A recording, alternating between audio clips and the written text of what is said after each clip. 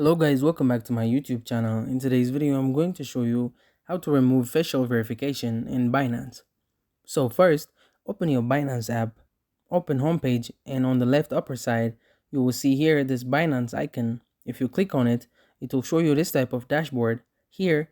Then click on that gear icon that's showing on the right upper side, and you will be on this account center. Open security, tap from here, and here you will get this all list of verifications. So to find facial verification in Binance, you have to open this passkeys, biometrics. If you open it here, you will get this passkey option. So you need to tap on that passkey and it will redirect you to biometric authentication.